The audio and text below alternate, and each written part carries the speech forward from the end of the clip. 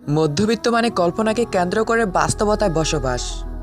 মধ্যবিত্তের শখগুলো বাস্তবতার দুলায় ঢেকে থাকে প্রতিনিয়ত।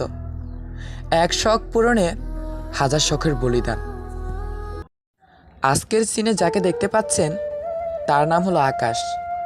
আকাশ হলো মধ্যবিত্ত ঘরের ছেলে।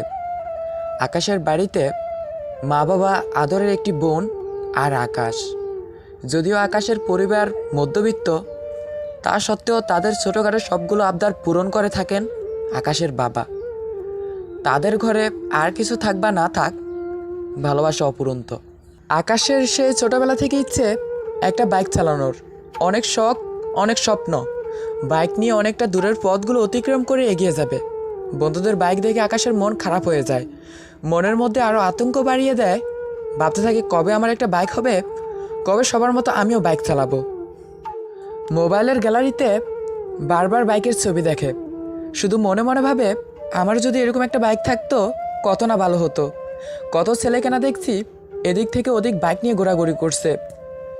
কবে আমার একটা বাইক হবে, কবে আমি আমার বোনকে স্কুলে দিয়ে আসব, আমার বাবাকে কবে তার গন্তব্যস্থল অফিসে দিয়ে আসব। বাবা ভাবি শেষ করার পর মোবাইলের গ্যালারিতে যে বাইকটি পছন্দ করে রেখেছিল সেটা তার মা বাবাকে দেখালো। আকাশ বাবাকে বলল, আব্বু, আমাকে প্লিজ বাইকটা কিনে দিবা? আমার বন্ধুরা বাইক নিয়ে কত এদিক থেকে ওদিক যাচ্ছে, আমারও তো খুব ইচ্ছে করে বাইক নিয়ে ঘোরাঘুরি করার, আমার বোনটাকে স্কুলে দিয়ে আসার, তোমাকেও অফিসে দিয়ে আসার। আমাকে কি একটা বাইক কিনে দিবা? আমি তো কখনো কিছু চাইনি, আর কিছু চাইও না। আকাশের কথা বলা শেষ হলে তার আব্বু জবাব দিল, আকাশ, তুমি কি পাগল হয়ে গেছ? তুমি কি জানো না আমরা মধ্যবিত্ত, আমাদের সব স্বপ্ন দেখতে হয় না। তোমাকে কোন জিনিসটা কিনে দিই নাই, আমার কাছে টাকা থাকুক বা না থাকুক, কিন্তু এমন কিছু চেয়ে বসো না যেটা আমার পক্ষে সম্ভব না। একটা বাইক কিনে দিলে আমরা কিভাবে চলবো? এরপর এরকম কথা যাতে না শুনি, যা আমার চোখের সামনে থেকে যা। আকাশের বাবা তাহির মিয়া কথাগুলো বলে চলে গেলেন। আকাশ মন খারাপ করে বসে আছে। আকাশের মা আকাশের কাছে এসে বলল, বাবা, মন খারাপ করিস না। তোর বাবা তোকে বলার কারণ হলো, দেখ আমরা তো মধ্যবিত্ত, একটা বাইক কিনে দেওয়ার পর অনেকগুলো টাকার দরকার। এই টাকাটা যদি তোর আব্বুর জমিয়ে টাকা থেকে দিয়ে দেয়, তাহলে সামনের দিনগুলোতে আমরা কিভাবে চলবো বল? কিন্তু ছেলেটা মায়ের কোনো কিছু না শুনে বাড়ি থেকে বের হয়ে চলে গেল। আকাশের মাকে আকাশের বোন বলল, মা প্লিজ, কোনো না কোনো একটা ব্যবস্থা করে ভাইয়াকে কি একটা বাইক কিনে দেওয়া যায় না?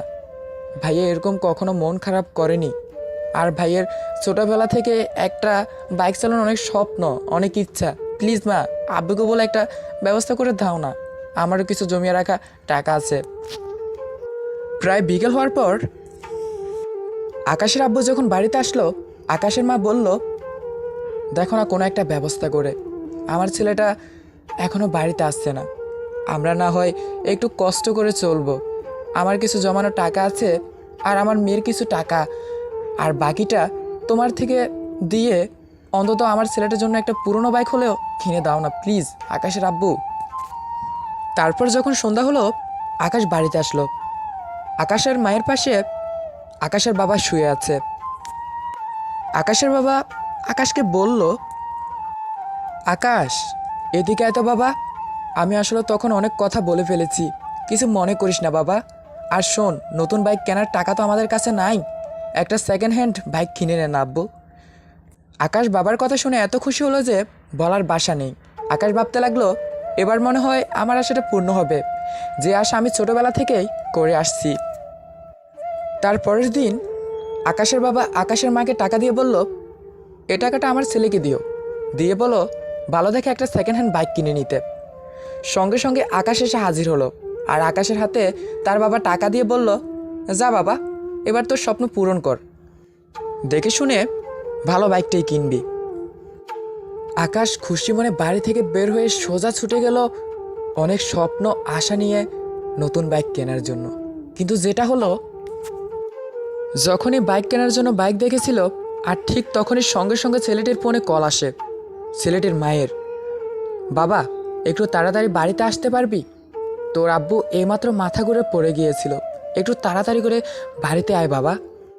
আর ঠিক তখনই আকাশ সঙ্গে সঙ্গে বাইকটা রেখে মনে মনে চিন্তা করতে লাগলো, এরকম বাইক হাজারও কিনা যাবে, কিন্তু আজ বাইক না কিনে টাকাটা যদি আমার আব্বুর ওষুধের জন্য খরচ করি, তাহলে আমার আব্বুকে ভালো করতে পারবো।